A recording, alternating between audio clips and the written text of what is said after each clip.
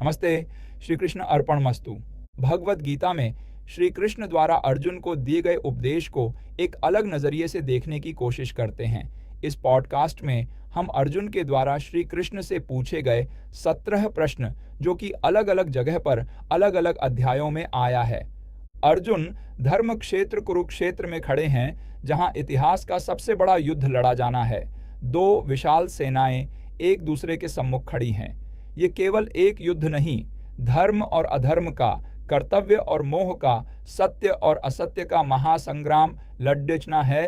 तो अर्जुन मनोदशा क्या होगी, और अगर आप अर्जुन होते हो, आपकी मनोदशा क्या होती, इसका अंदाज आप लगा सकते हैं।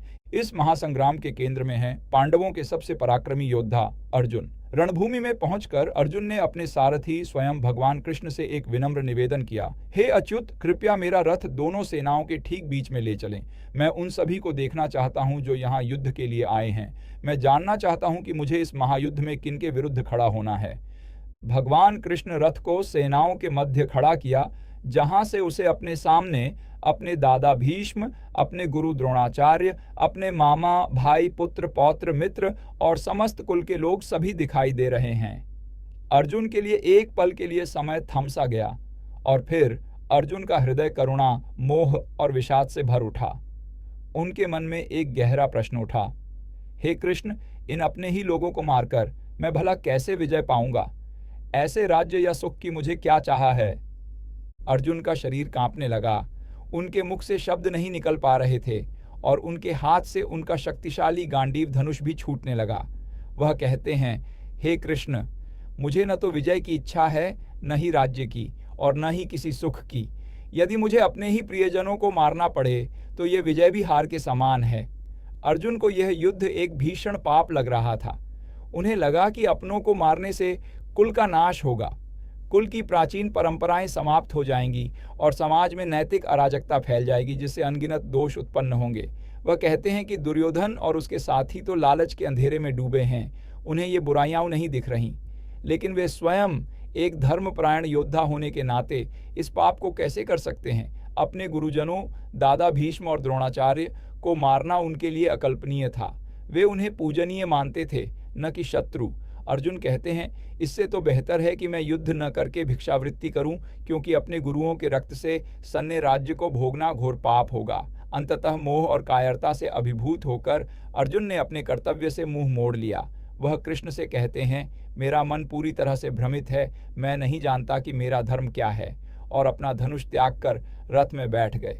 उन्होंने युद्ध करने से साफ इनकार कर दिया। अर्जुन की यह दुविधा, यह मोह और विषाद आज भी हमारे जीवन में गूंजता है।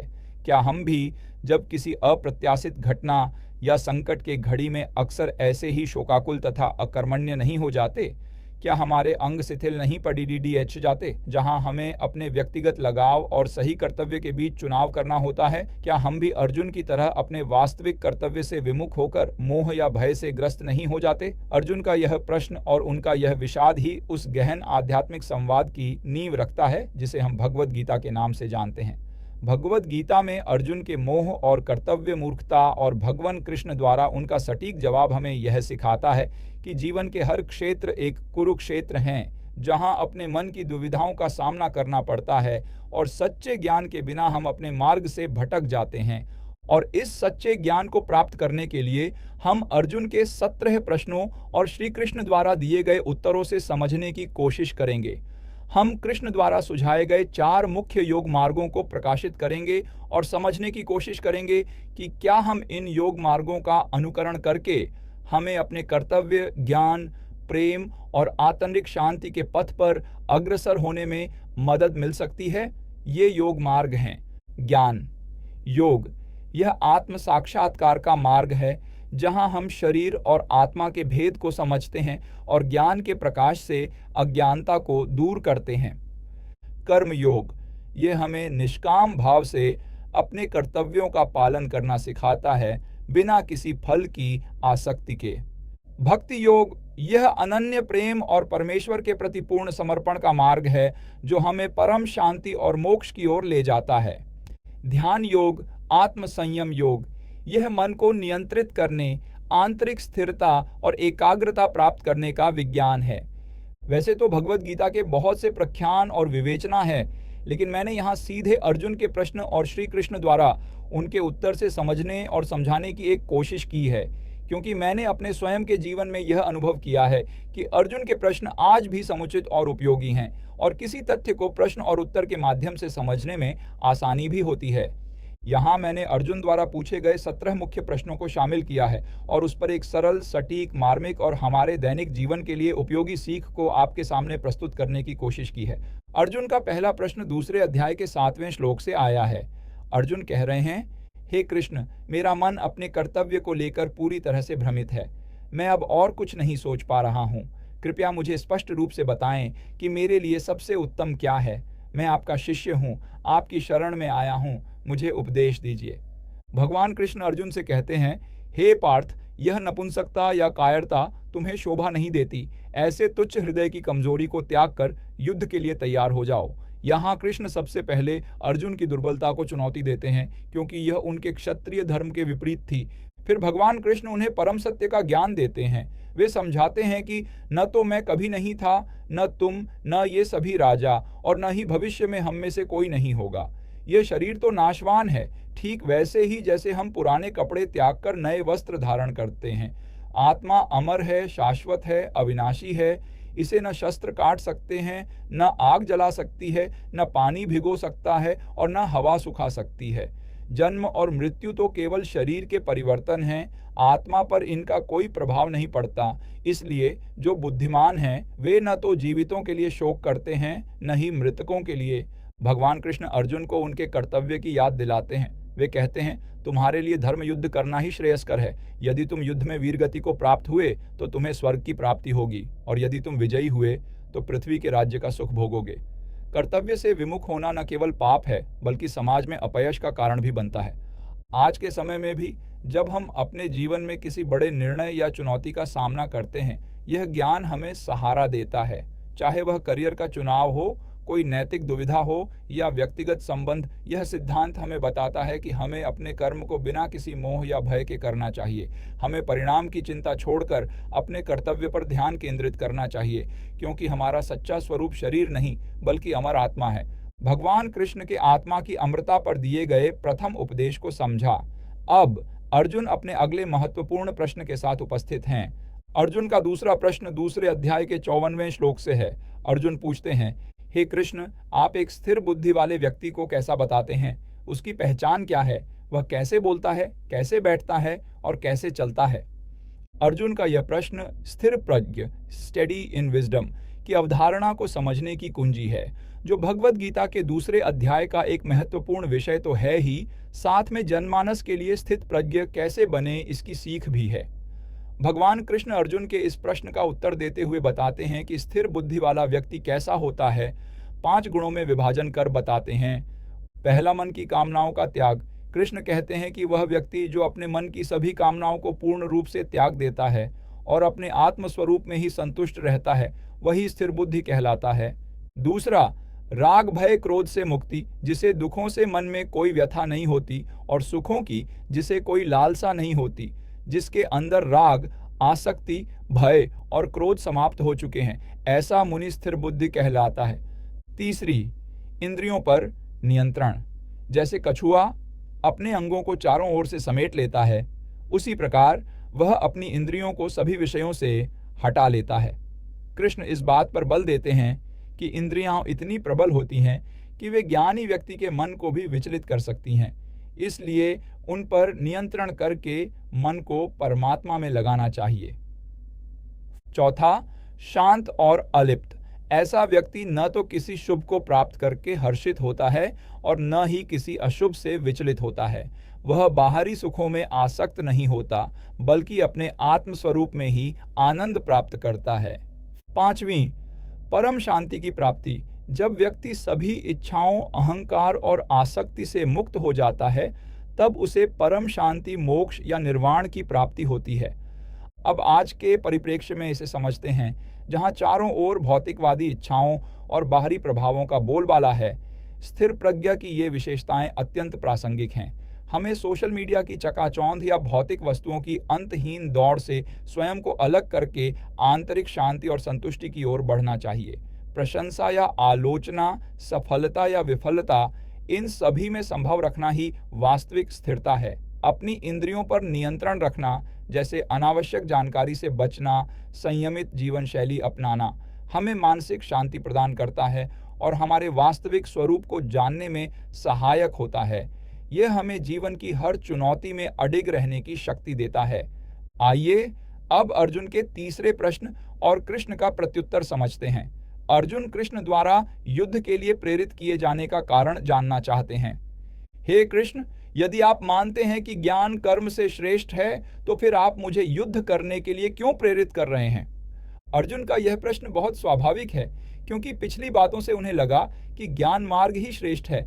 फिर भी कृष्ण उन्हें भयंकर युद्ध करने को कह रहे हैं। भगवान कृष्ण इस भ्रम को दूर करते हुए स्पष्ट करते हैं कि मोक्ष प्राप्ति के लिए दो प्रमुख मार्ग हैं। एक, ज्ञान योग, सांख्य योग। यह आत्मज्ञान और मन की सभी कामनाओं के त्याग का मार्ग है। दो, कर्म योग। यह अपने कर्तव्यों को अनासक्ति भाव से फल की इच्छा के बिना करने का मार्ग है। कृष्ण बताते हैं कि दोनों ही मार्ग परम सत्ता की प्राप्ति और आत्म साक्षात्कार की ओर ले जाते हैं। अर्जुन को युद्ध क्षेत्र में अपने कर्तव्य का सामना करना है। कृष्ण अर्जुन को समझाते हैं कि केवल बाहरी रूप से कर्मों का त्याग करने से कोई व्यक्ति मोक्ष प्राप्त नहीं कर सकता। महत्वपूर्ण ये है कि कर्म को बिना आसक्ति और अहंकार के किया जाए। इसीलिए अर्जुन के लिए युद्ध करना उनका धर्म है और इसे अनासक्ति भाव से करके वे भी परम शांति को प्राप्त कर सकते हैं। आज के जीवन में भी यह अत्यंत प्रासंगिक है। अक्सर हम अपने कर्तव्यों से भागना चाहते हैं, यह सोचकर कि त्याग ही शांति देगा। लेकिन गीता हमें सिखाती है कि हम जिस भी परिस्थिति में हों, अपने कर्मों को ईमानदारी और अनासक्ति के साथ करना ही हमें आंतरिक मुक्ति की ओर ले जाता है। यह हमें सिखाता है कि निष्क्रियता नहीं, बल्कि सही दृष्टिकोण से किया गया कर्म ही हमारी आध्यात्मिक उन्नति का साधन है। अब अर्जुन अपने हृदय में एक और गहन प्रश्न के साथ श्री कृष्ण की तरफ देखते हैं, जो हमें मानव स्वभाव की एक मूलभूत दुविधा को समझने में मदद करेगा। चौथे प्रश्न में अर्जुन पाप को समझने हेतु जिज्ञासा व्यक्त करते हैं। हे माधव, ऐसी कौन सी शक्ति है जो व्यक्ति को अपनी इच्छा के विरुद्ध भी पाप करने के लिए विवश करती है?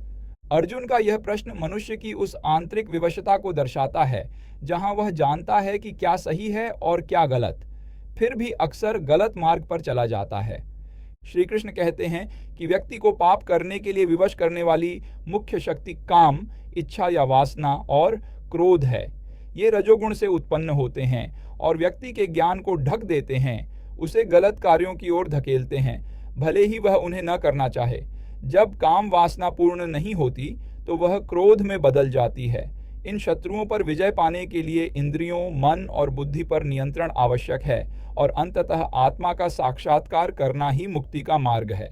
आज के जीवन में भी हम अक्सर जानते हैं कि क्या हमारे लिए अच्छा है, जैसे स्वस्थ भोजन करना, व्यायाम करना या ईमानदारी से काम करना, फिर भी हम अपनी इच्छाओं जैसे जंक फूड खाने की लालसा या आलस्य के आगे झुक जाते हैं।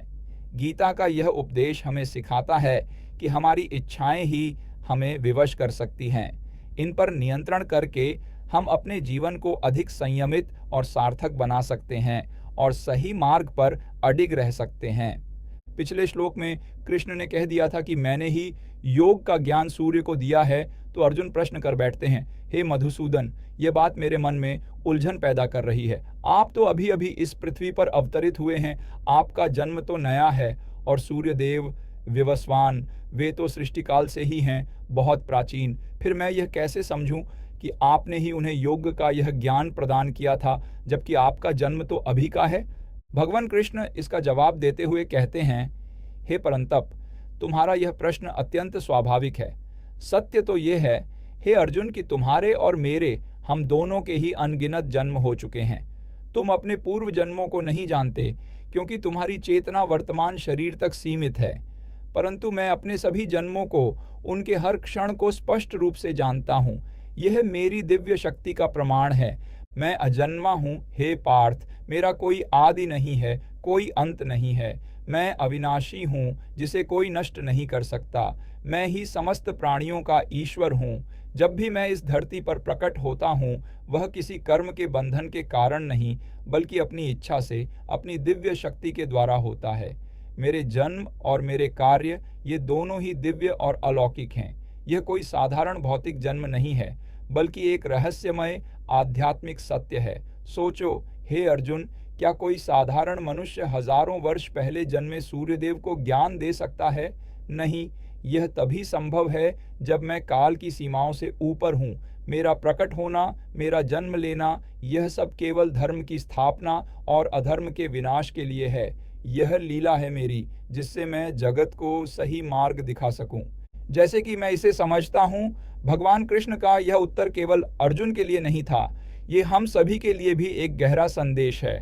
आज के आधुनिक युग में जब हम अपनी पहचान को अपने शरीर, अपनी उम्र, अपने प्रोफेशन तक सीमित कर लेते हैं, तब यह ज्ञान हमें याद दिलाता है कि हमारी वास्तविक पहचान कहीं अधिक गहरी और शाश्वत है। हमारा यह शरीर नश्वर है, यह जन्म लेता है और मरता है, परंतु इसके भीतर जो आत्मा है वह अजन्मा और अविनाशी है। ठीक वैसे ही जैसे हम पुराने और फटे हुए वस्त्रों को त्याग कर नए वस्त्र धारण करते हैं, आत्मा भी एक पुराने और जीर्ण शीर्ण शरीर को छोड़कर नया शरीर धारण करती है। यह मृत्यु नहीं, बल्कि एक शरीर से दूसरे शरीर में परिवर्तन मात्र है। इस सत्य को समझने से हम मृत्यु के भय से मुक्त हो सकते हैं और जीवन में आने वाले हर बदलाव को शांत भाव से स्वीकार कर सकते हैं। यह ज्ञान हमें यह भी सिखाता है कि हम अपने जीवन को केवल भौतिक उपलब्धियों तक सीमित न रखें। हमारा सच्चा सो शाश्वत है, परमात्मा का ही अंश है। जब हम इस अविनाशी स्वरूप को पहचान लेते हैं, तब हम अपने कर्तव्यों का पालन अधिक कुशलता से और बिना किसी आसक्ति के कर पाते हैं। ठीक उसी तरह जैसे भगवान कृष्ण स्वयं अपनी इच्छा से लीला करते हैं, बिना किसी बंधन के। तो आइए इस गहन सत्य को अपने जीवन में उतारें। हम केवल यह शरीर नहीं, बल्कि एक अनश्वर आत्मा है और हमारा परम लक्ष्य इस शाश्वत स्वरूप को जानना और उस परमेश्वर से जुड़ना है जो काल और स्थान की सीमाओं से परे है। छठा प्रश्न अर्जुन संन्यास और कर्मयोग की उत्कृष्टता का शंका का समाधान करने के लिए करते हैं और जानना चाहते हैं कि इन दोनों में से कौन सा श्रेष्ठ है। अर्जुन ने प्रश्न किया, हे केशव, मेरा मन एक दुविधा में है। आपने पहले कर्मों के त्याग यानी संन्यास की महिमा बताई और फिर कर्म करने यानी कर्म योग की भी प्रशंसा की। यह सुनकर मुझे भ्रम हो रहा है कि इन दोनों में से मेरे लिए कौन सा मार्ग श्रेष्ठ है। कृपया मुझे स्पष्ट रूप से बताएं, इन दो रास्तों में से कौन सा अधिक कल्याणकारी है। इसका जवाब भगवान कृष्ण इस प्रकार से देते हैं, हे महाबाहो अर्जुन, तुम्हारा यह प्रश्न स्वाभाविक है और यह उस गूढ़ रहस्य को समझने की जिज्ञासा को दर्शाता है जो मनुष्य के कल्याण के लिए अत्यंत आवश्यक है। सुनो, संन्यास यानी कर्मों का त्याग और कर्मयोग यानी अनासक्ति भाव से कर्म करना, ये दोनों ही मार्ग परम कल्याण को प्राप्त कराने वाले हैं। ऐसा नहीं है कि इनमें से एक श्रेष्ठ है और दूसरा नहीं, बल्कि ये दोनों ही एक ही लक्ष्य की ओर ले जाते हैं, आत्म साक्षात्कार और ईश्वर प्राप्ति। किंतु हे पार्थ, इन दोनों में से कर्म फल की आसक्ति का त्याग करके कर्म करना अर्थात कर्म योग, कर्मों के केवल बाह्य त्याग यानी संन्यास से श्रेष्ठ है। संन्यास का अर्थ केवल कर्मों को छोड़ देना नहीं है, बल्कि मन से सभी इच्छाओं और आसक्तियों का त्याग करना है। जो व्यक्ति किसी भी कामना या द्वेष से रहित होकर कर्म करता है, उसे ही सच्चा सन्यासी और योगी समझना चाहिए। ऐसा व्यक्ति शीत और उष्ण, सुख और दुख जैसे द्वंद्वों से मुक्त हो जाता है। कर्मयोग में तुम अपने निर्धारित कर्तव्यों को बिना किसी फल की इच्छा के करते हो। यह कर्म तुम्हें बांधता नहीं, बल्कि तुम्हें शुद्ध करता है। जैसे कमल का पत्ता पानी में रहकर भी पानी से अछूता रहता है, वैसे ही कर्मयोगी संसार में रहकर भी कर्मों के बंधन से मुक्त रहता है। वह जानता है कि सभी कर्म प्रकृति के गुणों द्वारा किए जाते हैं और वह स्वयं आत्मा है जो इन कर्मों का कर्ता नहीं है। जो लोग कर्मों का केवल बाहरी तौर पर त्याग करते हैं, लेकिन उनके मन में कामनाएं और आसक्तियां बनी रहती हैं, वे वास्तव में सन्यासी नहीं होते। सच्चा सन्यास तो मन का त्याग है, कर्मों का नहीं। जो व्यक्ति अपने सभी कर्मों को मुझे समर्पित कर देता है और फल की आसक्ति छोड़कर अपना कर्तव्य करता है, वह पाप कर्मों से उसी प्रकार अछूता रहता है जैसे जल कमल के पत्ते पर नहीं ठहरता। तो संक्षेप में, हे अर्जुन, कर्मयोग एक अत्यंत व्यावहारिक और प्रभावशाली मार्ग है, विशेष रूप से उनके लिए जो अभी संसार में रहकर अपने कर्तव्यों का निर्वाह कर रहे हैं। यह तुम्हें धीरे धीरे आंतरिक शुद्धि और वैराग्य की ओर ले जाता है, जिससे अंततः तुम सच्चे संन्यास की स्थिति को प्राप्त कर सकोगे। अक्सर हम सोचते हैं कि आध्यात्मिक जीवन जीने के लिए हमें दुनियादारी छोड़नी पड़ेगी या अपने काम धंधे त्यागने पड़ेंगे, लेकिन भगवान यहाँ हमें समझा रहे हैं कि असली त्याग बाहरी गतिविधियों को छोड़ना नहीं, बल्कि अपने कर्मों के फलों के प्रति आसक्ति का त्याग करना है। आप एक छात्र हों, एक पेशेवर हों, एक गृहिणी हों या किसी भी भूमिका में हों, आप कर्मयोग का अभ्यास कर सकते हैं। इसका अर्थ है कि आप अपना काम पूरी निष्ठा और ईमानदारी से करें, लेकिन उसके परिणाम के प्रति अत्यधिक चिंतित ना हो। अगर आप सफलता पाते हैं तो अभिमान न करें, अगर असफलता मिलती है तो हताश ना हो। अपने कर्तव्य को ही अपना धर्म माने और उसे बिना किसी स्वार्थ या बंधन के पूरा करें। यह हमें जीवन में स्थिरता और शांति प्रदान करता है। जब हम फल की चिंता छोड़ देते हैं तो हमारा मन शांत होता है, हम तनाव मुक्त होकर अपना सर्वश्रेष्ठ प्रदर्शन कर पाते हैं। यह हमें दिखाता है कि मोक्ष या आत्मज्ञान केवल गुफाओं या आश्रमों में ही नहीं मिलता, बल्कि हमारे दैनिक जीवन के कर्मों में भी पाया जा सकता है, बशर्ते उन्हें सही भाव और अनासक्ति के साथ किया जाए। तो आइए हम सभी अपने जीवन में कर्म योग को अपनाएं और कर्म करते हुए भी भीतर से मुक्त और शांत रहें। 7वें प्रश्न में अर्जुन यह जानना चाहते हैं कि हमारा मन चंचल क्यों है और इसकी चंचलता को नियंत्रित कैसे करें। कल्पना कीजिए वह दृश्य जहां अर्जुन अपने रथ पर बैठे भगवान कृष्ण की ओर देखते हुए पूछते हैं, हे कृष्ण, आप ध्यान में मन को एकाग्र करने की बात करते हैं, लेकिन यह मन तो इतना चंचल है, इसे भला कैसे नियंत्रित किया जा सकता है? इसे वश में करना तो मुझे अत्यंत कठिन लगता है। अर्जुन ने पिछले कुछ संवादों से भगवान श्री कृष्ण से ध्यान और एकाग्रता के महत्व को समझा था। वे जान गए थे कि आत्मज्ञान और ईश्वर प्राप्ति के लिए मन की स्थिरता कितनी आवश्यक है, परंतु अपने स्वाभाविक अनुभव के आधार पर अर्जुन को यह प्रश्न पूछना स्वाभाविक लगा, क्योंकि वे जानते थे कि मन कितना अस्थिर और चंचल होता है। और तब भगवान श्री कृष्ण ने अपनी दिव्य वाणी से अर्जुन के इस गहरे प्रश्न का उत्तर दिया, जो आज भी हर साधक, हर जिज्ञासु के लिए प्रकाश स्तंभ के समान है। हाँ अर्जुन, तुम सत्य कहते हो, यह मन निस्संदेह अत्यंत चंचल है और इसे वश में करना कठिन प्रतीत होता है। यह मन इतना शक्तिशाली और अस्थिर है कि इसे वश में करना एक बड़ी चुनौती है, इसमें कोई संदेह नहीं, पर ऐसा नहीं है कि यह असंभव है। मन को नियंत्रित करने के 2 प्रमुख उपाय हैं, अभ्यास और वैराग्य। अभ्यास का अर्थ है मन को बार बार अपने लक्ष्य पर, मेरे ऊपर या आत्म तत्व पर एकाग्र करने का निरंतर और अथक प्रयास।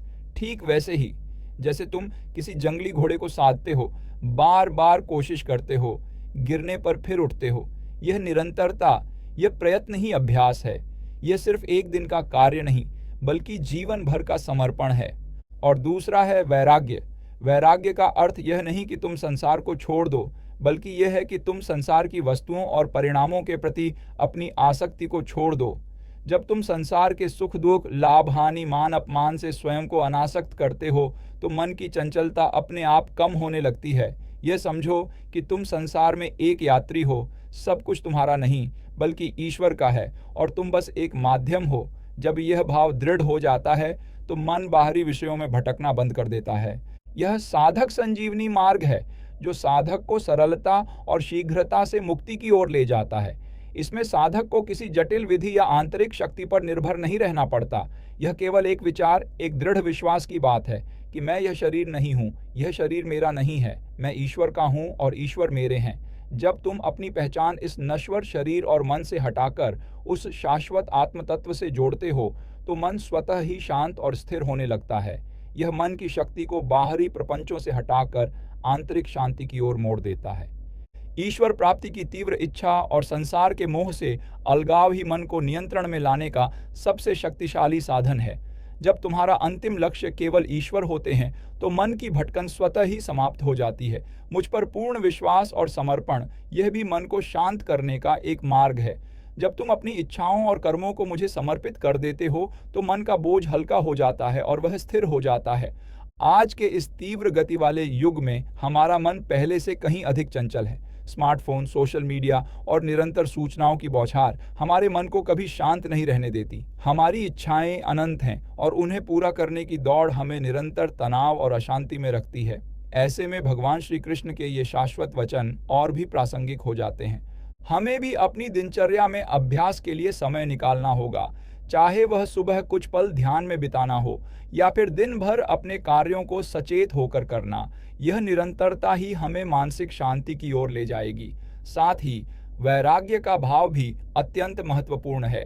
इसका अर्थ यह नहीं कि हम अपने कर्तव्यों से भागें, बल्कि यह कि हम उनके परिणामों के प्रति अत्यधिक आसक्ति न रखें। जब हम अपने काम को अपना कर्तव्य मानकर करते हैं, न कि सिर्फ फल की लालसा से, और यह समझते हैं कि हम केवल एक माध्यम हैं, तो मन का बोझ हल्का हो जाता है। बाहरी दिखावे या दूसरों से तुलना करने की प्रवृत्ति को त्याग कर अपनी आंतरिक संतुष्टि पर ध्यान केंद्रित करना चाहिए। यही सच्चा आत्मनियंत्रण है जो हमें आज के आधुनिक जीवन की चुनौतियों से निपटने में मदद करेगा और एक शांत तथा सुखी जीवन का मार्ग प्रशस्त करेगा। अब अर्जुन द्वारा पूछे गए 8वें प्रश्न और कृष्ण द्वारा दिए गए जवाब को समझते हैं। अर्जुन कहते हैं, हे कृष्ण, यह मन बद्धा चंचल है, बद्धा बलवान है, और इसे वश में करना तो हवा को रोकने से भी ज्यादा मुश्किल लगता है। अर्जुन ने पिछले कुछ श्लोकों में भगवान से ध्यान योग के बारे में सीखा था।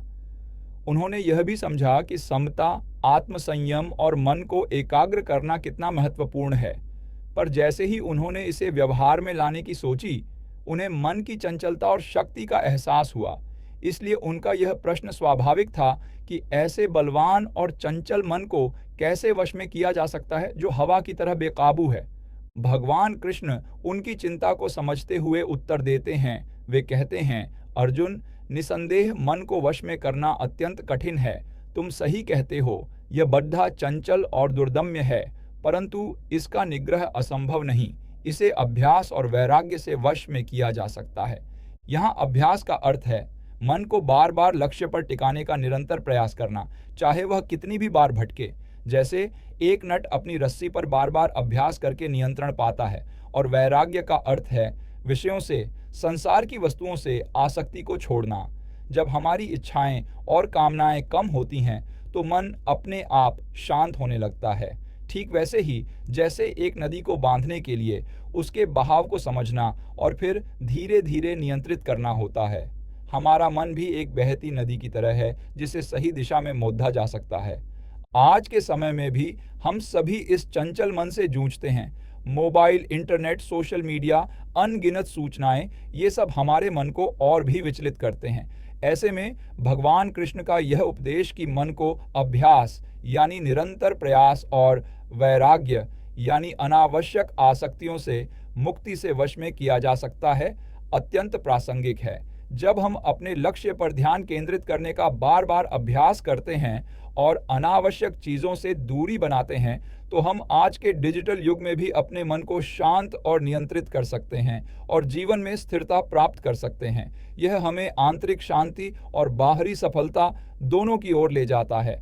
अर्जुन 9वां प्रश्न पूछते हैं, भगवान, वह व्यक्ति जो योग मार्ग पर श्रद्धा और प्रयत्न के साथ चलता है पर अपने मन को पूरी तरह वश में नहीं कर पाता और जीवन में सिद्धि प्राप्त किए बिना ही उसका शरीर छूट जाता है, उसका क्या होता है?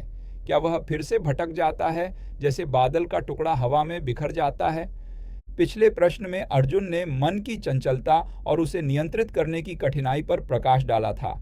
अब जब उन्होंने योग के मार्ग को इतना कठिन जाना है, तो स्वाभाविक रूप से उनके मन में यह जिज्ञासा उठती है कि यदि कोई व्यक्ति इस मार्ग पर चलना शुरू करे, पूरी ईमानदारी और लगन से प्रयास करे, लेकिन लक्ष्य तक पहुंचने से पहले ही उसका जीवन समाप्त हो जाए, तो उसके उन प्रयासों का क्या होगा? क्या उसकी सारी साधना व्यर्थ हो जाएगी? यह प्रश्न न केवल अर्जुन के मन की एक वास्तविक चिंता को दर्शाता है, बल्कि यह उन सभी के मन में उठने वाला एक सहज प्रश्न है जो किसी भी कठिन लक्ष्य की ओर बढ़ाते हैं और असफलता के डर से घिर जाते हैं। भगवान कृष्ण अर्जुन के इस प्रश्न का उत्तर देते हुए उनकी चिंता को शांत करते हैं। वे कहते हैं, हे अर्जुन, उस पुरुष का न तो इस लोक में और न ही परलोक में कभी विनाश होता है जिसने शुभ कर्म किए हैं।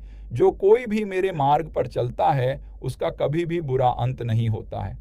भगवान समझाते हैं कि जो योगी इस मार्ग पर चलते हुए अपने लक्ष्य तक नहीं पहुंच पाता, वह अपने शुभ कर्मों के कारण पहले पुण्यात्माओं के लोकों में जाता है।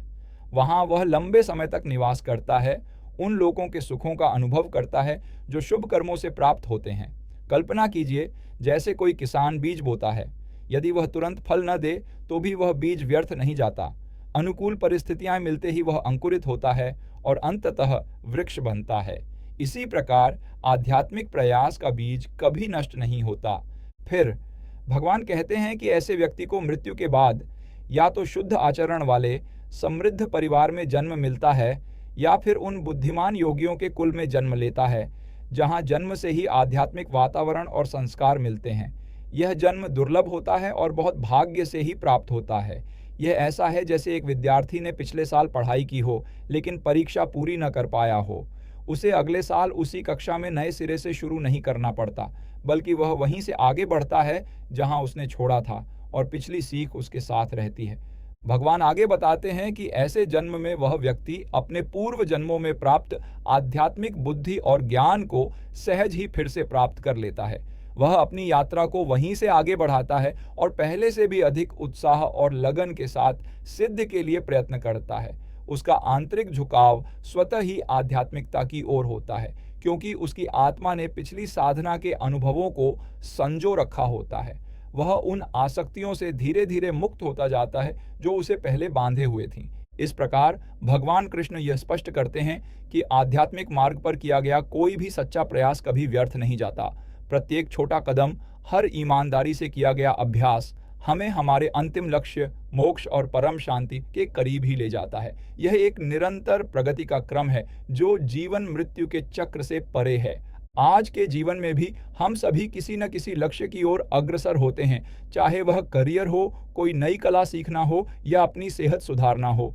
कई बार हम असफल होते हैं या अपने लक्ष्य तक पहुंचने से पहले ही रुक जाते हैं। असफलता का यह डर हमें फिर से कोशिश करने से रोक सकता है। भगवान कृष्ण का यह उपदेश हमें दिलासा देता है कि हमारी सच्ची लगन और ईमानदारी से किए गए प्रयास कभी बेकार नहीं जाते। हर छोटा कदम, हर ईमानदारी से की गई कोशिश हमें उस अंतिम सफलता की ओर ही ले जाती है, भले ही वह तुरंत दिखाई न दे। यह हमें धैर्य, विश्वास और निरंतरता के साथ अपने लक्ष्य की ओर बढ़ते रहने की प्रेरणा देता है। अगर कोई व्यक्ति श्री कृष्ण द्वारा दर्शाए गए ज्ञान योग, कर्म योग, भक्ति योग के मार्ग पर चले और बिना सिद्धि प्राप्त किए हुए ही उसकी मृत्यु हो जाए तो क्या उसका प्रयत्न बिना फल के नष्ट हो जाएगा? अर्जुन पूछते हैं, भगवान, मेरा मन अब भी शांत नहीं हो रहा। यदि कोई योगी इस मार्ग पर चलता तो है, पर सिद्धि प्राप्त किए बिना ही उसका शरीर छूट जाए तो क्या वह दोनों लोकों से भ्रष्ट नहीं हो जाता? क्या वह उस बिखरे हुए बादल की तरह नष्ट नहीं हो जाता, जिसकी न कोई दिशा होती है और न कोई ठिकाना? अर्जुन का यह प्रश्न स्वाभाविक है और उनके पिछले प्रश्न की गहराई है। उन्होंने अभी अभी जाना कि योग का मार्ग कितना कठिन है और मन को वश में करना कितना चुनौतीपूर्ण। अब उनके मन में यह गहन आशंका उठ रही है कि यदि कोई साधक इस पवित्र मार्ग पर चलना शुरू तो कर दे, लेकिन दुर्भाग्यवश लक्ष्य तक पहुंचने से पहले ही उसका जीवन समाप्त हो जाए, तो उसके उन सभी प्रयासों का क्या होगा? क्या उसकी सारी साधना व्यर्थ हो जाएगी, जैसे कोई टूटा हुआ बादल हवा में बिखर जाता है और उसका अस्तित्व ही मिट जाता है? यह केवल शरीर के अंत की चिंता नहीं, बल्कि अपने आध्यात्मिक और भौतिक दोनों ही प्रयासों के पूर्णतः व्यर्थ हो जाने का भय है जो किसी भी समर्पित व्यक्ति के मन में उठ सकता है। भगवान कृष्ण अर्जुन की इस गहरी चिंता और आशंका को दूर करते हुए उन्हें आश्वस्त करते हैं। वे बड़े प्रेम से कहते हैं, हे पार्थ, उस व्यक्ति का न तो इस लोक में और न ही परलोक में कभी विनाश होता है जिसने शुभ कर्म किए हैं, जिसने योग मार्ग पर चलने का सच्चा प्रयास किया है, उसका कभी भी बुरा अंत नहीं होता है। यह बात तुम निश्चित रूप से जान लो। भगवान समझाते हैं कि यह विचार ही गलत है कि आध्यात्मिक प्रयास कभी व्यर्थ जा सकते हैं। वे कहते हैं, जो योगी इस मार्ग पर चलते हुए सिद्धि को प्राप्त नहीं कर पाता, वह मृत्यु के बाद पहले पुण्यात्माओं के लोकों में जाता है। वहां वह लंबे समय तक निवास करता है, उन श्रेष्ठ लोकों के सुखों का अनुभव करता है जो उसके पवित्र और आध्यात्मिक कर्मों के कारण उसे प्राप्त हुए हैं। इसे ऐसे समझिए जैसे कोई व्यक्ति धन कमाता है और उसे बैंक में जमा कर देता है। यदि उसे तुरंत उस धन की आवश्यकता न पड़े तो भी वह नष्ट नहीं होता, बल्कि सुरक्षित रहता है और भविष्य में काम आता है। इसी प्रकार आपके आध्यात्मिक प्रयास का हर क्षण सुरक्षित रहता है। फिर भगवान कहते हैं कि ऐसे व्यक्ति को मृत्यु के बाद या तो शुद्ध आचरण वाले और समृद्ध परिवार में जन्म मिलता है या फिर उन बुद्धिमान योगियों के कुल में जन्म लेता है जहां जन्म से ही आध्यात्मिक वातावरण और संस्कार मिलते हैं। यह जन्म अत्यंत दुर्लभ होता है और बहुत भाग्य से ही प्राप्त होता है। यह ऐसा है जैसे कोई विद्यार्थी किसी परीक्षा की तैयारी करता है, लेकिन पूरी तैयारी होने से पहले ही परीक्षा नहीं दे पाता। उसे अगले साल बिल्कुल नए सिरे से शुरू नहीं करना पड़ता, बल्कि वह अपनी पिछली पढ़ाई का लाभ उठाता है और वहीं से आगे बढ़ता है जहां उसने छोड़ा था। भगवान आगे बताते हैं, ऐसे जन्म में वह व्यक्ति अपने पूर्व जन्मों में अर्जित आध्यात्मिक बुद्धि और ज्ञान को सहज ही फिर से प्राप्त कर लेता है। यह कोई नया आरंभ नहीं होता, बल्कि एक निरंतर प्रगति होती है। उसे अपनी पिछली साधना के संस्कार भीतर से खींचते हैं और वह स्वाभाविक रूप से आध्यात्मिकता की ओर झुकता है। वह उन आसक्तियों और बाधाओं से धीरे धीरे मुक्त होता जाता है जो उसे पहले बांधे हुए थीं। इस प्रकार वह बिना किसी बाधा के अपनी आध्यात्मिक यात्रा को वहीं से आगे बढ़ाता है जहां उसने पिछले जन्म में छोड़ा था। वह पहले से भी अधिक उत्साह और लगन के साथ परम सिद्धि के लिए प्रयत्न करता है। उसका आंतरिक झुकाव स्वतः ही उस दिशा में होता है जहां से उसने यात्रा विराम दी थी। भगवान कृष्ण का यह आश्वासन हमें दिलासा देता है कि आध्यात्मिक मार्ग पर किया गया कोई भी सच्चा प्रयास कभी व्यर्थ नहीं जाता। कोई भी शुभ कर्म, कोई भी ईमानदारी से की गई साधना उसका फल दिए बिना नष्ट नहीं होती। यह एक ऐसे बीज की तरह है जो भले ही तुरंत फल न दे, लेकिन सही समय आने पर निश्चित रूप से अंकुरित होता है और अंततः वृक्ष बनता है।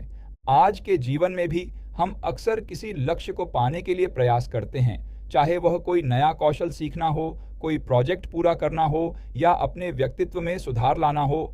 कई बार हम पूर्ण सफलता तक पहुंचने से पहले ही रुक जाते हैं या असफल महसूस करते हैं।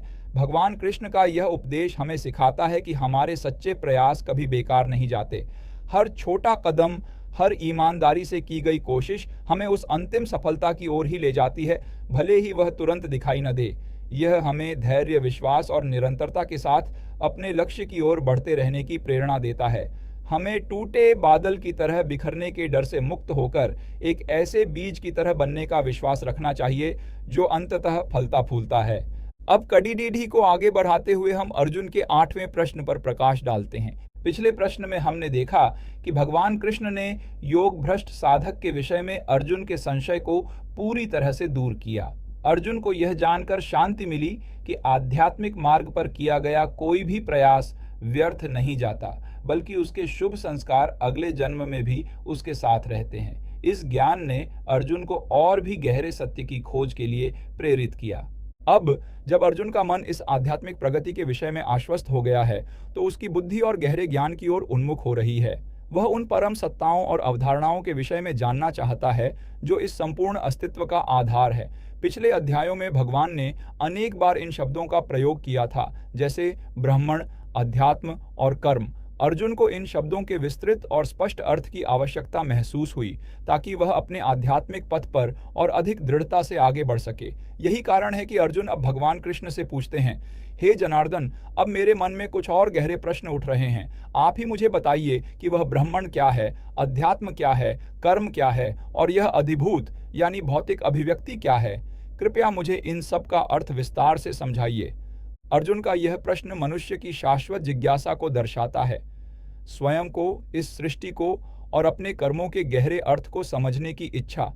ये ऐसे मूलभूत प्रश्न हैं जिनके उत्तर हमें जीवन की पहेली को सुलझाने में सहायता करते हैं। भगवान कृष्ण, जो स्वयं परम ज्ञान का सागर हैं, अर्जुन के इन प्रश्नों का उत्तर अत्यंत सरलता और स्पष्टता से देते हैं, ताकि न केवल अर्जुन बल्कि हम सभी साधक इन गूढ़ रहस्यों को समझ सकें। भगवान कहते हैं, सुनो अर्जुन, तुम्हारा यह प्रश्न बहुत महत्वपूर्ण है। मैं तुम्हें इन सभी शब्दों का अर्थ समझाता हूँ। ब्राह्मण, यह वह परम अविनाशी सत्ता है। जो कुछ भी इस संसार में है, उसका मूल आधार, वह अव्यक्त, नित्य और शाश्वत सत्य, वही ब्राह्मण है। यह ऐसा सत्य है जो कभी नष्ट नहीं होता, कभी बदलता नहीं। यह इस सृष्टि का वह परम तत्व है जो हर परिवर्तन के बीच भी अपरिवर्तित रहता है। अध्यात्म, यह स्व या अपनी आंतरिक प्रकृति है, यानी जीव का अपना स्वरूप। यह स्वयं आत्मा है जो शरीर, मन और बुद्धि से परे है। यह वह मैं है जो नित्य है, शुद्ध है और कभी नष्ट नहीं होता। यह तुम्हारा वास्तविक अस्तित्व है, तुम्हारी चेतना का सार। जीव ईश्वर का ही एक अंश है। कर्म वह प्रक्रिया है, वह क्रिया है जो प्राणियों के अस्तित्व और विकास का कारण बनती है। यह वह प्रयास है जो जीव करता है, जिसके परिणाम स्वरूप संसार का निर्माण होता है और प्राणी अलग अलग रूपों में आते हैं। साधारण भाषा में यह कोई भी कार्य या क्रिया है जिसका कोई परिणाम होता है।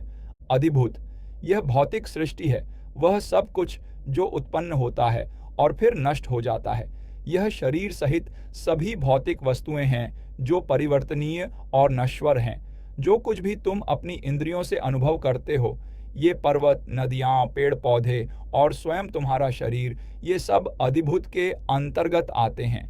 यह वह है जो जन्म लेता है, बदलता है और फिर समाप्त हो जाता है। ये सब एक दूसरे से जुड़े हुए हैं अर्जुन। ब्राह्मण परम सत्य है, अधिभूत उसकी क्षणभंगुर अभिव्यक्ति है। अध्यात्म उस ब्राह्मण का ही एक अंश होते हुए जीव के रूप में प्रकट होता है और कर्म वह क्रिया है जिसके द्वारा यह सारा चक्र चलता रहता है। जब हम अपने जीवन में क्या है सत्य या मैं कौन हूँ जैसे प्रश्न पूछते हैं तो हम वास्तव में ब्राह्मण और अध्यात्म की ही तलाश कर रहे होते हैं। आधुनिक जीवन में हम अक्सर भौतिक वस्तुओं, अधिभूत के पीछे भागते रहते हैं, यह भूलकर कि वे क्षणभंगुर हैं। वहीं कर्म का अर्थ हमें यह सिखाता है कि हमारे हर कार्य का महत्व है और यह हमें सचेत रहने और सही दिशा में प्रयास करने की प्रेरणा देता है, चाहे वह व्यक्तिगत विकास हो या समाज सेवा।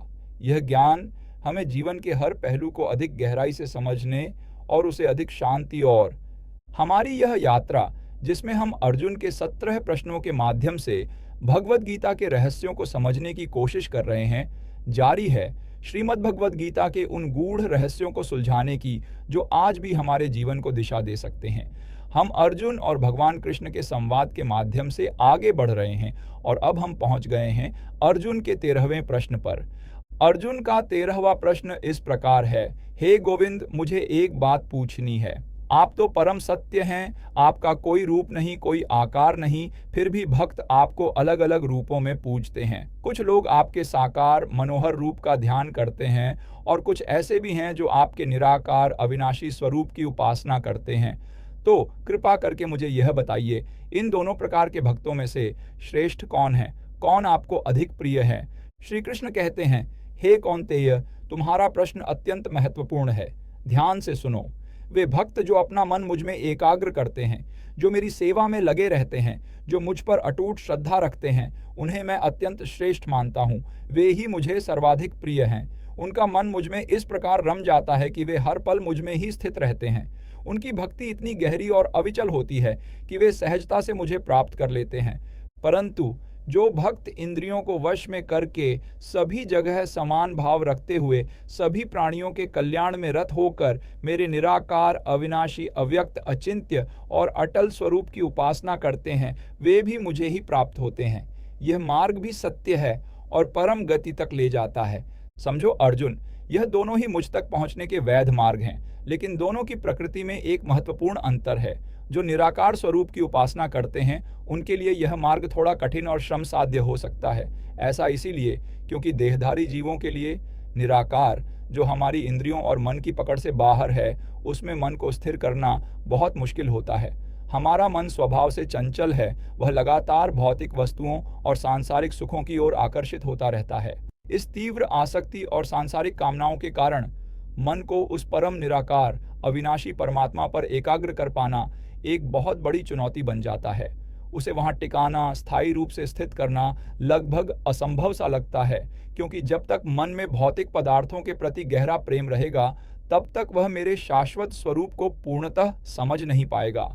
दूसरी ओर जो भक्त मेरे सगुण साकार स्वरूप का ध्यान करते हैं, जो मुझ पर पूर्णतः आश्रित होकर अपने सभी कर्म मुझे अर्पित करते हैं, जिनके लिए मैं ही सर्वस्व हूँ, वे भक्त बड़ी आसानी से मुझे प्राप्त कर लेते हैं।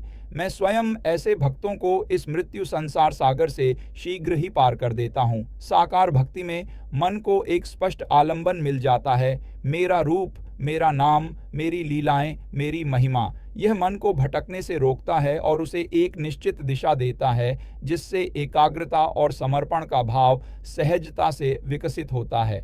यह मार्ग उन लोगों के लिए विशेष रूप से उपयुक्त है जिनका मन अभी भी भौतिक जगत से पूरी तरह विरक्त नहीं हुआ है। तो अर्जुन, मेरे साकार स्वरूप की भक्ति उन लोगों के लिए अधिक सुगम और शीघ्र फलदायी है जिनका मन अभी भी भौतिक जगत से जुड़ा हुआ है। यह मार्ग उन्हें बिना किसी बाधा के परमात्मा तक पहुंचा देता है, पर अंततः दोनों ही मार्ग मुझे ही प्राप्त कराते हैं। महत्वपूर्ण तुम्हारी श्रद्धा की गहराई और तुम्हारी निष्ठा है, न कि मार्ग की प्रकृति। आज हमारी दुनिया इतनी तेज तर्रार गति से आगे बढ़ रही है, इतनी सारी चीज़ों में हमारा ध्यान बढ़ता रहता है। ऐसे में निराकार की साधना करना, यानी बिना किसी रूप के परमात्मा पर ध्यान केंद्रित करना, कई लोगों के लिए बहुत मुश्किल हो सकता है। मन कभी यहाँ तो कभी वहाँ भटकता रहता है। पर जब हम किसी साकार रूप को आधार बनाते हैं, चाहे वह किसी देवी देवता का हो या किसी सद्गुरु का, तो मन को एक केंद्र मिल जाता है। हम अपनी भावनाओं को, अपनी भक्ति को उस रूप पर केंद्रित कर पाते हैं। यह हमें एक सहारा देता है जिससे हमारी आध्यात्मिक यात्रा सरल और सहज बन जाती है। महत्वपूर्ण यह नहीं है कि आप किस रास्ते पर चलते हैं, साकार या निराकार। महत्वपूर्ण यह है कि आप कितनी ईमानदारी और प्रेम से अपनी साधना करते हैं और कितना अपना समर्पण भाव रखते हैं। जो भी मार्ग आपके स्वभाव के अनुकूल हो, उसे अपनाएं और पूरी निष्ठा से आगे बढ़ें, क्योंकि अंत में सभी सच्चे मार्ग उसी एक परम सत्य तक ले जाते हैं। हमने अभी साकार और निराकार भक्ति पर चर्चा और समझने की कोशिश की, और अब अर्जुन अपना 14वां और अत्यंत गूढ़ प्रश्न लेकर भगवान कृष्ण के समक्ष उपस्थित हुए हैं। अर्जुन का प्रश्न है, हे योगेश्वर, आपने मुझे भक्ति के विभिन्न मार्गों के बारे में बताया, लेकिन अब मैं प्रकृति के एक गहरे रहस्य को समझना चाहता हूँ। कृपा करके मुझे समझाइए कि यह क्षेत्र क्या है और इस क्षेत्र को जानने वाला कौन है, और यह भी बताइए कि ज्ञान क्या है और जानने योग्य वस्तु क्या है। ये शब्द मुझे बहुत गहरे लगते हैं और मैं इनकी यथार्थता को समझना चाहता हूँ। इसको समझने के हेतु कृष्ण कहते हैं, हे महाबाहो, तुम्हारा प्रश्न अत्यंत सूक्ष्म और महत्वपूर्ण है। मैं तुम्हें क्षेत्र और क्षेत्रज्ञ, ज्ञान और ध्येय का विस्तार से वर्णन करूंगा। ध्यानपूर्वक सुनो। सबसे पहले क्षेत्र को समझो। क्षेत्र का अर्थ है यह शरीर जिसे तुम धारण किए हुए हो। यह केवल तुम्हारा भौतिक देह ही नहीं है, बल्कि इसमें तुम्हारी इंद्रियां, मन, बुद्धि और अहंकार भी शामिल हैं। यह वह क्षेत्र है जहां कर्मों के बीज बोए जाते हैं, जहां सुख और दुख का अनुभव होता है। जैसे एक खेत में किसान बीज बोता है और फसल काटता है, उसी प्रकार यह शरीर और मन का संसार वह क्षेत्र है जहां तुम्हारे कर्मों के फल प्रकट होते हैं। यह हर पल बदलता रहता है, जन्म लेता है, बढ़ता है, बूढ़ा होता है और अंततः नष्ट हो जाता है। यह नित्य नहीं है, बल्कि अनित्य और नश्वर है। अब क्षेत्रज्ञ कौन है? क्षेत्रज्ञ वह है जो इस क्षेत्र को जानता है। यह तुम्हारी आत्मा है जो तुम्हारे शरीर के भीतर निवास करती है। यह वह चैतन्य है, वह शुद्ध चेतना जो इस शरीर, इंद्रियों, मन और बुद्धि के कार्यों को देखती है, उन्हें जानती है, परंतु स्वयं उनसे प्रभावित नहीं होती।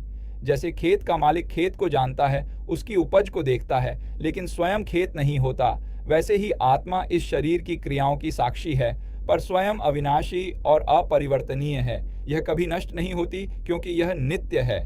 तीसरी बात, ज्ञान क्या है?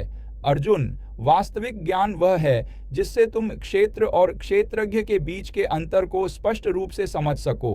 यह जानना कि तुम यह शरीर नहीं हो, न ही तुम ये इंद्रियां हो, न मन हो, न बुद्धि हो, बल्कि तुम एक शाश्वत आत्मा हो, यही सच्चा ज्ञान है। यह केवल बौद्धिक समझ नहीं, बल्कि प्रत्यक्ष अनुभव है, एक आंतरिक बोध है जो तुम्हें भ्रम से मुक्त करता है। यह वह मार्ग है जो तुम्हें परम सत्य की ओर ले जाता है। और अंत में ध्येय क्या है? ध्येय वह परम सत्य है जिसे जानने योग्य है। यह वह अविनाशी परब्रह्म है जो सब कुछ में व्याप्त है, जिसे जान लेने पर कुछ और जानना शेष नहीं रहता। यह वह परम वास्तविकता है जो शाश्वत है, अपरिवर्तनीय है और सभी अस्तित्व का आधार है। जब तुम ध्येय को जान लेते हो, तभी तुम इस संसार के बंधनों से मुक्त होते हो और परम शांति को प्राप्त करते हो। संक्षेप में, क्षेत्र तुम्हारा भौतिक और मानसिक आवरण है जो बदलता है। क्षेत्रज्ञ तुम्हारी आत्मा है जो अपरिवर्तनीय साक्षी है। ज्ञान इन दोनों के भेद को जानना है और ध्येय वह परम सत्य है जिसे जानने के बाद सब कुछ जाना हुआ हो जाता है। हम सभी अक्सर अपने क्षेत्र यानी अपने शरीर, अपने जॉब, अपनी भावनाओं, अपने विचारों को ही मैं मान लेते हैं। हम अपनी पहचान अपने पद, अपनी संपत्ति या अपने बाहरी रूप से जोड़ने लगते हैं। जब यह क्षेत्र प्रभावित होता है तो हम दुखी हो जाते हैं क्योंकि हमें लगता है कि मैं प्रभावित हो गया हूँ। लेकिन यह ज्ञान कि तुम क्षेत्रज्ञ हो इस भ्रम को दूर करता है। यह तुम्हें सिखाता है कि तुम अपने शरीर और मन से परे हो। जब हम अपने भीतर के क्षेत्रज्ञ को पहचानते हैं तो हम बाहरी परिस्थितियों से कम विचलित होते हैं। यह हमें आंतरिक शक्ति और स्थिरता प्रदान करता है। आज जब पूरे विश्व में मानसिक स्वास्थ्य और आत्मज्ञान की बातें हो रही हैं, तब यह गीता का संदेश और भी महत्वपूर्ण हो जाता है। अपने अंदर झांकना, यह समझना कि तुम क्या हो और क्या नहीं, ही तुम्हें सच्ची स्वतंत्रता और आनंद दे सकता है। यह हमें सिखाता है कि जीवन का अंतिम लक्ष्य केवल भौतिक उपलब्धियां नहीं, बल्कि अपने वास्तविक स्व को जानना और उस परम ध्येय से जुड़ना है। 15वें प्रश्न को अर्जुन ने उत्सुकता से पूछा, हे प्रभु, उस व्यक्ति के क्या लक्षण हैं जिसने तीनों गुणों को पार कर लिया है और वह कैसा व्यवहार करता है? तुम्हारी उत्सुकता स्वाभाविक है प्रिय भारत, श्री कृष्ण ने समझाना शुरू किया। जिन शिक्षाओं में हमने सत्व, रज और तम इन तीनों गुणों की बात की और कैसे वे आत्मा को शरीर से बांधते हैं, उन्हें समझने के बाद यह जानना अत्यंत महत्वपूर्ण है कि इन गुणों से परे जाने वाला व्यक्ति कैसा होता है। यह सिर्फ एक सैद्धांतिक समझ नहीं, बल्कि जीवन को कैसे जीना है, इसका एक व्यावहारिक मार्गदर्शन है। भगवान कृष्ण ने उत्तर दिया, जो व्यक्ति इन तीनों गुणों को पार कर लेता है, उसके लक्षण और व्यवहार सूक्ष्म होते हैं जो उसकी आंतरिक स्थिति को दर्शाते हैं। सबसे पहले वह गुणों के उदय और अस्त होने पर विचलित नहीं होता, वह उदासीन रहता है। जब सात्विक गुण बढ़ता है तो वह उसमें प्रसन्न नहीं होता। जब राजस का प्रभाव बढ़ता है तो वह अधीर नहीं होता और जब तामस छा जाता है तो वह मूढ़ता में नहीं डूबता। वह जानता है कि ये गुण प्रकृति के खेल हैं और वह स्वयं को उनसे अलग रखता है, जैसे कोई दर्शक किसी नाटक को देखता है। वह न तो सत्व की वृद्धि की इच्छा करता है, न रजस के आने पर दुखी होता है और न ही तमस के प्रकट होने पर शोक करता है। दूसरा, वह सुख और दुहक, मान और अपमान, स्तुति और निंदा को समान भाव से देखता है। उसके लिए मिट्टी का ढेला, पत्थर और सोना एक समान मूल्य रखते हैं। वह सभी प्रिय और अप्रिय स्थितियों में स्थिरचित्त रहता है। उसका मन अडिग रहता है। वह उन सभी कर्मों का त्याग करता है जो केवल व्यक्तिगत इच्छाओं या फल की आकांक्षा से प्रेरित होते हैं। इसका अर्थ यह नहीं कि वह निष्क्रिय हो जाता है, बल्कि वह कर्म करता है पर उनके परिणामों से लिप्त नहीं होता। वह यह नहीं सोचता, यह मैंने किया है, बल्कि वह जानता है कि सभी कार्य प्रकृति के गुणों द्वारा हो रहे हैं। हे अर्जुन, इस स्थिति तक पहुंचने का सबसे महत्वपूर्ण साधन मुझ में अटल भक्ति है। जो व्यक्ति अटूट भक्ति के साथ मेरी सेवा करता है, वह इन तीनों गुणों को पार कर जाता है और ब्रह्म के स्वरूप को प्राप्त करने योग्य बन जाता है। यह भक्ति ही उसे जन्म मृत्यु के चक्र से मुक्त करती है और उसे परम शांति और शाश्वत आनंद प्रदान करती है। यह भक्ति उसके मन को शुद्ध करती है और उसे अहंकार, मोह और आसक्ति से मुक्त करती है, जिससे वह पूर्ण रूप से आत्म साक्षात्कार कर पाता है। हमारा जीवन अनिश्चितताओं और इमोशनल उतार चढ़ाव से भरा है, तो गुणों को पार करने वाले व्यक्ति के ये लक्षण हमें बहुत कुछ सिखाते हैं। हम भी सुख दुख, सफलता विफलता और प्रशंसा आलोचना के सामने अपने आंतरिक संतुलन को बनाए रखना सीख सकते हैं। यह हमें सिखाता है कि बाहरी परिस्थितियों को अपनी आंतरिक शांति को भंग न करने दें। निष्काम कर्म और ईश्वर में अटूट विश्वास हमें इस भागदौड़ भरी दुनिया में भी मानसिक स्थिरता और वास्तविक आनंद प्राप्त करने में मदद कर सकता है। यह एक ऐसा जीवन जीने की कला है जहां हम कर्म तो करते हैं पर उनके परिणामों से बंधते नहीं और हमारी हर क्रिया एक उच्च उद्देश्य से प्रेरित होती है। अर्जुन ने 16वें प्रश्न के साथ अपनी एक नई जिज्ञासा प्रकट की। हे ऋषिकेश, उन लोगों की श्रद्धा का स्वरूप क्या है जो श्रद्धा से पूजा करते हैं लेकिन शास्त्रों की विधि का पालन नहीं करते? तुम्हारी यह शंका बहुत महत्वपूर्ण है प्रिय अर्जुन, क्योंकि यह सीधे मनुष्य की आंतरिक प्रेरणा और उसके कर्मों के बीच के संबंध पर प्रकाश डालती है। हमने पहले तीनों गुणों सत्व, रज और तम के बारे में बात की और कैसे वे हमारी चेतना और कर्मों को प्रभावित करते हैं। अब तुम उन लोगों के विषय में पूछ रहे हो जिनकी श्रद्धा तो है, पर शायद वे शास्त्रों की विधि से अवगत नहीं या उन्हें अनदेखा करते हैं। यह जानना आवश्यक है कि किसी की श्रद्धा का स्वरूप क्या है, क्योंकि यही उसके जीवन की दिशा निर्धारित करता है। भगवान कृष्ण ने उत्तर दिया, श्रद्धा, हे अर्जुन, मनुष्य के स्वभाव का एक अभिन्न अंग है और यह 3 गुणों के अनुसार 3 प्रकार की होती है, सात्विक, राजसिक और तामसिक। सात्विक श्रद्धा वह है जो शुद्धता, ज्ञान और सद्गुणों की ओर निर्देशित होती है। ऐसे लोग देवताओं या उन दिव्य शक्तियों की पूजा करते हैं जो जीवन में संतुलन और सद्भाव लाते हैं। उनकी श्रद्धा ज्ञान पर आधारित होती है और वे अपने कर्मों में स्पष्टता, शांति और दूसरों के कल्याण की भावना रखते हैं। वे जानते हैं कि जो कुछ भी वे करते हैं वह एक उच्च उद्देश्य की पूर्ति के लिए है और उन्हें कर्मों के फल से वैराग्य होता है। सात्विक श्रद्धा वाला व्यक्ति सत्य, धर्म और पवित्रता को महत्व देता है। राजसिक श्रद्धा उन लोगों की होती है जो शक्ति, धन और इंद्रिय सुख की इच्छा से प्रेरित होते हैं। वे अपने स्वार्थ या व्यक्तिगत महत्वाकांक्षाओं को पूरा करने के लिए पूजा करते हैं। उनकी श्रद्धा का लक्ष्य अक्सर भौतिक लाभ, प्रसिद्धि या विजय प्राप्त करना होता है। वे भूत प्रेतों या राक्षसों जैसी शक्तियों की पूजा कर सकते हैं जो उनकी इन इच्छाओं को पूरा करने में सहायक हों, पर यह श्रद्धा उन्हें अंततः अशांति और असंतोष की ओर ले जाती है। यह श्रद्धा कर्मों के फल में गहरे लगाव से बंधी होती है, जिससे व्यक्ति कभी भी पूर्ण संतुष्टि प्राप्त नहीं कर पाता। और फिर तामसिक श्रद्धा आती है। यह श्रद्धा अज्ञान, भ्रम और आलस्य से उत्पन्न होती है। ऐसे लोग अक्सर मृत आत्माओं, भूतों या ऐसी शक्तियों की पूजा करते हैं जो उन्हें मूर्खता या विनाश की ओर ले जाती है। उनकी पूजा विधि विधान रहित, अपवित्र और दूसरों के लिए हानिकारक हो सकती है। यह श्रद्धा भय, अंधविश्वास और निम्न चेतना से भरी होती है और इसका परिणाम दुख, निराशा और पतन होता है। इसलिए हे अर्जुन, यह स्पष्ट है कि सिर्फ श्रद्धा होना पर्याप्त नहीं है, बल्कि श्रद्धा का स्वरूप क्या है ये अधिक महत्वपूर्ण है। जिन लोगों की तुम बात कर रहे हो उनकी श्रद्धा भी इन्हीं 3 श्रेणियों में से किसी एक में होगी। शास्त्र हमें सही मार्ग दिखाते हैं। वे हमें गुणों के प्रभाव को समझने और उनसे ऊपर उठने में सहायता करते हैं। जब कोई शास्त्रों की विधि का पालन नहीं करता तो उसकी श्रद्धा पर उस गुण का प्रभाव अधिक होता है जो उसके स्वभाव में प्रबल होता है। आज की दुनिया में जब आध्यात्मिक खोज के कई रास्ते हैं और जानकारी की भरमार है, यह प्रश्न बहुत प्रासंगिक है।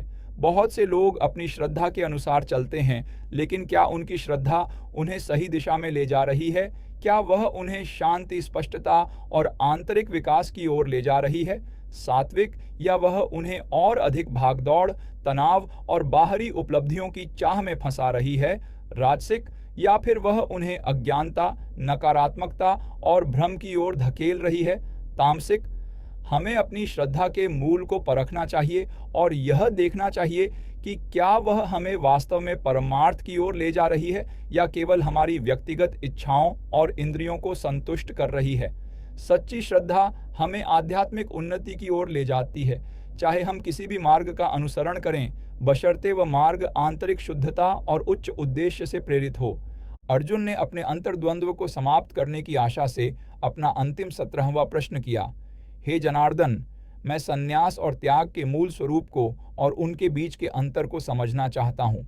तुम्हारी यह जिज्ञासा, प्रिय अर्जुन, इस पूरी चर्चा का सार है, क्योंकि यह मोक्ष के मार्ग का अंतिम और सबसे महत्वपूर्ण पहलू है। हमने कर्मों, ज्ञान, भक्ति और गुणों के प्रभाव पर विस्तार से चर्चा की। अब तुम उन 2 अवधारणाओं पर प्रकाश डालने को कह रहे हो जो अक्सर लोगों को भ्रमित करती हैं, संन्यास और त्याग। कई लोग सोचते हैं कि संन्यास का अर्थ है सब कुछ छोड़ देना, जंगलों में चले जाना या दुनिया से नाता तोड़ लेना, और त्याग को वे केवल कुछ वस्तुओं का परित्याग मान लेते हैं। लेकिन हे पार्थ, इनका वास्तविक अर्थ कहीं अधिक गहरा और सूक्ष्म है। भगवान कृष्ण ने धैर्यपूर्वक उत्तर देना प्रारंभ किया। हे अर्जुन, मैं तुम्हें संन्यास और त्याग का वास्तविक अर्थ बताता हूँ, जिससे तुम उनका भेद और महत्व समझ सको। ज्ञानी पुरुष सभी कामनाओं वाले कर्मों के परित्याग को संन्यास कहते हैं। इसका अर्थ केवल बाहरी रूप से कर्मों को छोड़ देना नहीं है, बल्कि कर्म के पीछे की इच्छा और कर्तापन के भाव को छोड़ना है। यह एक आंतरिक अवस्था है जहां व्यक्ति कर्म करता है परंतु उसके फल में आसक्त नहीं होता। यह मैं कर रहा हूं के अहंकार को त्यागना है। और त्याग, हे अर्जुन, वह है सभी कर्मों के फल की आसक्ति का परित्याग। यह सिर्फ कुछ चीजों को छोड़ना नहीं है, बल्कि अपने किए गए हर कार्य के परिणाम के प्रति उदासीनता रखना है। व्यक्ति कर्म तो करता है क्योंकि वह उसका कर्तव्य है, लेकिन उसके फल की चिंता नहीं करता, न ही उसे पाने की प्रबल इच्छा रखता है। कुछ ज्ञानी लोग कहते हैं कि त्याग 3 प्रकार का होता है गुणों के अनुसार। एक, सात्विक त्याग। यह वह त्याग है जहां व्यक्ति अपना कर्तव्य मानकर कर्म करता है, बिना किसी आसक्ति या फल की इच्छा के। वह जानता है कि शरीर और मन के माध्यम से कर्म प्रकृति के गुणों द्वारा हो रहे हैं और वह स्वयं केवल आत्मा है। यह त्याग सबसे श्रेष्ठ है क्योंकि यह व्यक्ति को शांति, स्थिरता और आंतरिक स्वतंत्रता प्रदान करता है। दूसरा, राजसिक त्याग। यह वह त्याग है जहां व्यक्ति किसी कर्म को इसलिए छोड़ देता है क्योंकि वह उसे कठिन या कष्टदायक मानता है या उसे फल की हानि का भय होता है। यह त्याग वास्तव में त्याग नहीं है क्योंकि इसके पीछे स्वार्थ या भय का भाव होता है, जिससे व्यक्ति कभी पूर्ण संतुष्टि नहीं पाता। तीनवां, तामसिक त्याग। यह त्याग अज्ञानता या आलस्य के कारण होता है। जब कोई व्यक्ति मोह या प्रमाद के कारण अपने निर्धारित कर्मों का परित्याग कर देता है तो वह तामसिक त्याग कहलाता है। ऐसे त्याग से केवल अज्ञान और पतन ही आता है। इसीलिए हे अर्जुन, संन्यास और त्याग का अंतर बाहरी परित्याग और आंतरिक वैराग्य का है। सच्चा सन्यासी वही है जो कामनाओं से प्रेरित कर्मों का त्याग करता है और सच्चा त्यागी वह है जो कर्म फल की आसक्ति का त्याग करता है। गीता का मूल सार त्याग में ही निहित है क्योंकि यह तुम्हें संसार में रहते हुए भी कर्म करने की स्वतंत्रता देता है, बिना उसके परिणामों के जाल में फंसे। यह तुम्हें अपने कर्तव्यों का पालन करने में सक्षम बनाता है, जबकि तुम्हारा मन शांत और स्थिर रहता है। आज के समय में बहुत से लोग सोचते हैं कि आध्यात्मिक होने का मतलब है अपने करियर, परिवार या जिम्मेदारियों को छोड़ देना। लेकिन कृष्ण का संदेश स्पष्ट है, हमें अपने कर्मों से नहीं बल्कि उनके फलों के प्रति अपनी आसक्ति से मुक्त होना है। जब हम किसी प्रोजेक्ट पर काम करते हैं तो क्या हम केवल परिणाम की चिंता करते हैं या हम अपनी पूरी क्षमता से कर्म करने पर ध्यान केंद्रित करते हैं? जब हम संबंध बनाते हैं तो क्या हम केवल अपनी अपेक्षाओं के पूरा होने की आसक्ति रखते हैं या हम बिना शर्त प्रेम और सेवा पर ध्यान देते हैं? सच्ची स्वतंत्रता इस बात में है कि हम अपना सर्वश्रेष्ठ दें, लेकिन परिणामों को परमात्मा पर छोड़ दें। यही हमें तनाव, चिंता और निराशा से मुक्ति दिलाता है और हमें आंतरिक शांति और आनंद की ओर ले जाता है। नमस्ते और स्वागत है हमारे इस सफर के अंतिम पड़ाव में। अर्जुन के 17 प्रश्न, कृष्ण के उत्तर की हमारी यह पॉडकास्ट श्रृंखला में अब हम समापन की ओर बढ़ रहे हैं। हमने धर्म क्षेत्र कुरुक्षेत्र से शुरू होकर आत्मा के अमृतत्व, कर्म के गूढ़ रहस्य, मन को साधने की कला और भक्ति के परमानंद तक एक अद्भुत आध्यात्मिक यात्रा तय की है। अर्जुन के प्रश्न केवल उसके व्यक्तिगत दुविधाएं नहीं थे, वे हम सभी के भीतर उठने वाले सार्वभौमिक प्रश्नों का प्रतिनिधित्व करते थे। हम कौन हैं? हमारा कर्तव्य क्या है? सुख और दुख के इस संसार में शांति कैसे पाएं? इस यात्रा की शुरुआत अर्जुन के गहरे विषाद से हुई थी। युद्ध की विभीषिका और अपनों से लड़ने की असमर्थता ने उसे भ्रमित कर दिया था। तब भगवान कृष्ण ने उसे आत्मज्ञान का मार्ग दिखाया, ये समझाते हुए कि आत्मा अविनाशी है और शरीर नश्वर है। यह मूल सत्य जिसने अर्जुन के मन को स्थिर किया, आज भी हमें जीवन की क्षण भंगुरता को स्वीकार करने और अपनी आंतरिक शाश्वत प्रकृति पर ध्यान केंद्रित करने की प्रेरणा देता है। हमने कर्मयोग के महत्व को समझा। कृष्ण ने बार बार समझाया कि कर्म करना अनिवार्य है, परंतु उसके फलों में आसक्ति रखना बंधन का कारण बनता है। आज के प्रतिस्पर्धी युग में जहां परिणाम अक्सर हमें तनाव देते हैं, यह शिक्षा हमें अपने प्रयासों में सर्वश्रेष्ठ देने और फिर परिणामों को स्वीकार करने की शक्ति देती है, जिससे हम आंतरिक शांति बनाए रख सकते हैं। हमने मन को नियंत्रित करने के विज्ञान पर भी गहराई से विचार किया। कृष्ण ने सिखाया कि मन चंचल है, लेकिन अभ्यास और वैराग्य से इसे वश में किया जा सकता है। ध्यान और इंद्रियों पर नियंत्रण के माध्यम से आंतरिक स्थिरता प्राप्त करने की यह शिक्षा आज के अति उत्तेजित संसार में हमें मानसिक शांति और स्पष्टता प्राप्त करने का मार्ग दिखाती है। इस पूरी चर्चा में कृष्ण ने अपनी दिव्य महिमा और इस सृष्टि के साथ अपने संबंध को भी उजागर किया। उन्होंने बताया कि वे ही आदि, मध्य और अंत हैं और हर वस्तु में उनका ही स्वरूप विद्यमान है। यह ज्ञान हमें न केवल परमात्मा की विशालता को समझने में मदद करता है, बल्कि हमें अपने दैनिक जीवन में भी उस दिव्यता को पहचानने का दृष्टिकोण देता है। हमने सत्व, रजस और तमस प्रकृति के 3 गुणों के प्रभाव को समझा। ये गुण कैसे हमारे विचारों, भावनाओं और कार्यों को प्रभावित करते हैं, यह जानना हमें स्वयं को और दूसरों को बेहतर ढंग से समझने में मदद करता है। यह शिक्षा हमें उन आदतों और व्यवहारों को छोड़ने की प्रेरणा देती है जो हमें बंधन में रखते हैं, और उन गुणों को अपनाने के लिए प्रोत्साहित करती है जो हमें स्वतंत्रता और आंतरिक विकास की ओर ले जाते हैं। अंत में हमने संन्यास और त्याग के बीच के सूक्ष्म लेकिन महत्वपूर्ण अंतर को समझा। संन्यास का अर्थ केवल कर्मों का बाहरी परित्याग नहीं, बल्कि कर्मों के पीछे की कामनाओं का त्याग है, और त्याग का अर्थ है कर्म फल की आसक्ति का परित्याग। यह हमें सिखाता है कि हमें दुनिया से भागने की आवश्यकता नहीं है, बल्कि अपने मन की आसक्तियों से मुक्त होने की आवश्यकता है। हम अपने कर्तव्यों का पालन करते हुए भी एक शांत और संतुष्ट जीवन जी सकते हैं, जब हम परिणामों को ईश्वर पर छोड़ दें।